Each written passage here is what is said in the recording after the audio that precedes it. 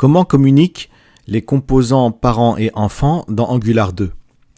Alors, un composant Angular 2, on peut dire, se divise en deux parties. Il y a la partie visible, c'est la partie HTML, et la partie code qui est en TypeScript. Alors, le parent communique avec l'enfant ou bien via le HTML, c'est-à-dire qu'il va y avoir une entrée, donc une propriété de l'enfant qui va être remplie par le parent, qui va être instanciée par le parent, ou alors l'enfant va envoyer vers le parent un événement. Et deuxième façon de communiquer, c'est directement de prendre, donc le parent prend possession de l'enfant, il prend le contrôle de l'enfant et a accès via le TypeScript à toutes les propriétés et méthodes de l'enfant. Alors nous allons voir la première méthode qui est les entrées-sorties via le template HTML. Alors je rappelle que les composants parents-enfants, donc c'est une imbrication, c'est-à-dire voilà, le parent, donc c'est l'app ici, et vous avez ici 3 enfants. Donc nous on va créer par exemple le stock. Niveau code, voici mon parent, l'HTML du parent. Donc, alors c'est simple, c'est composé d'un bouton et ici une petite zone qui va afficher le contenu d'une propriété du parent, hein, qui sera en fait un message provenant de l'enfant. Alors cette propriété qui s'appelle message enfant, c'est une propriété publique du parent qui se trouve ici.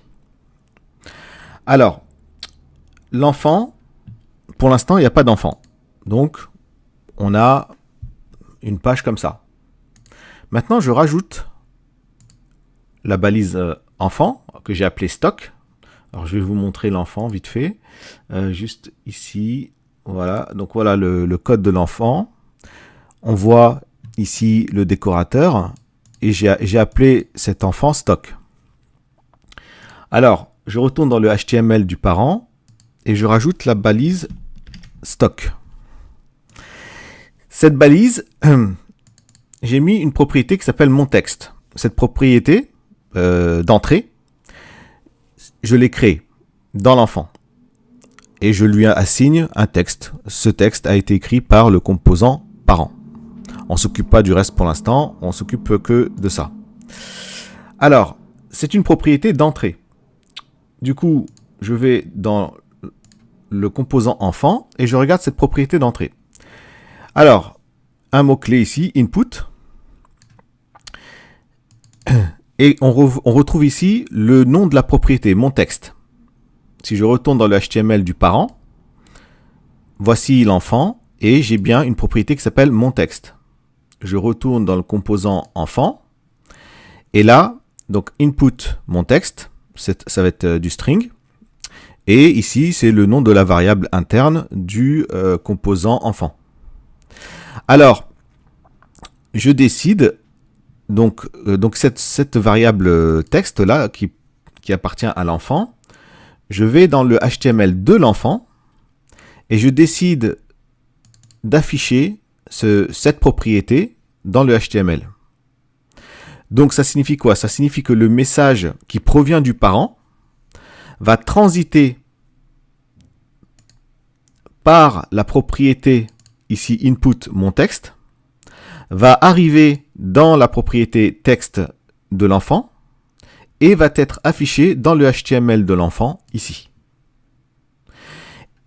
Quand je regarde le résultat, voici ce que j'ai.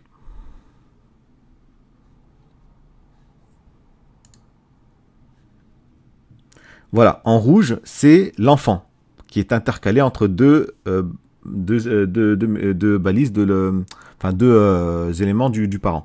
Donc là, la balise enfant, on a bien ici le message en jaune. Ce texte a été écrit par le composant parent. Donc le parent a transmis ce texte-là dans la propriété mon texte et l'enfant l'a affiché. Maintenant, si le temps est suffisant, je vais parler